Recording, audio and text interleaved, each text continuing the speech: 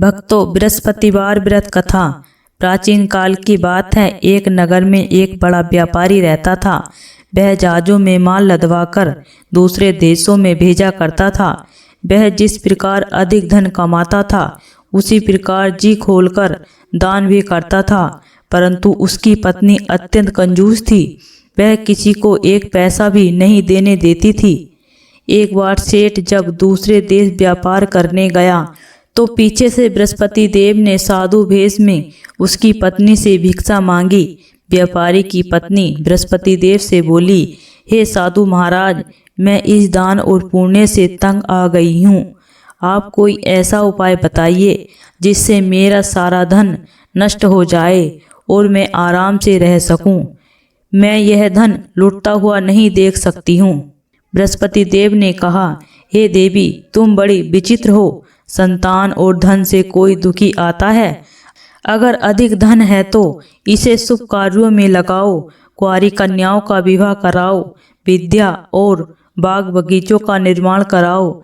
ऐसा पुण्य करने से तुम्हारा लोक परलोक सार्थक हो सकता है।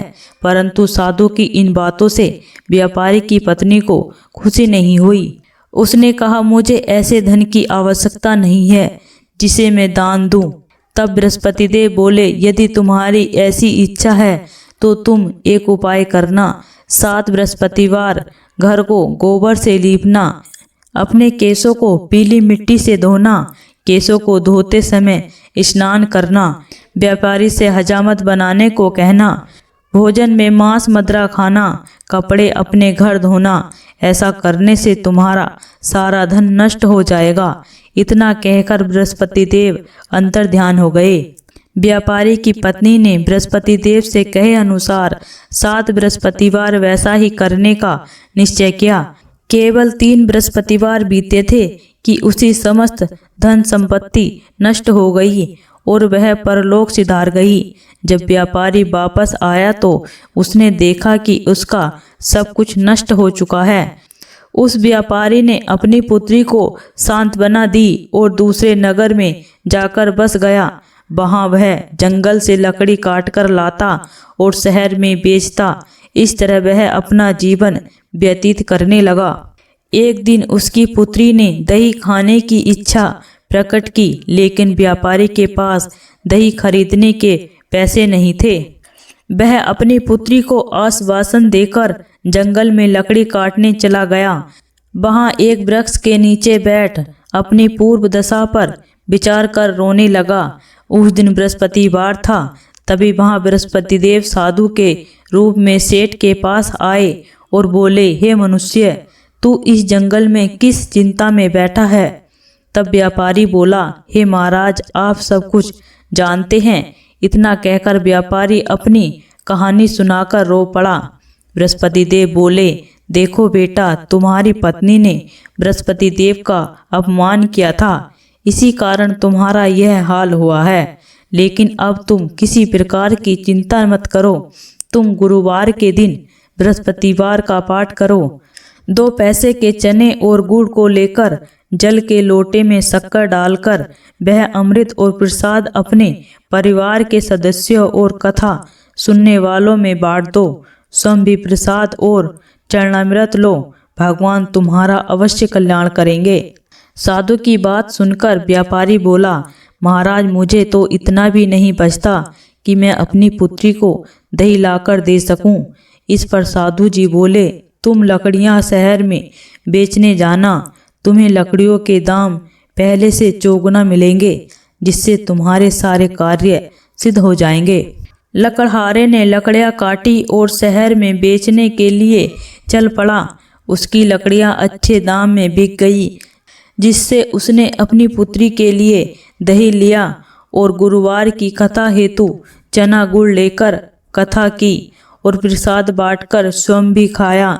उसी दिन से उसकी सभी कठिनाइयां दूर होने लगी, परंतु अगले बृहस्पतिवार को कथा करना भूल गया।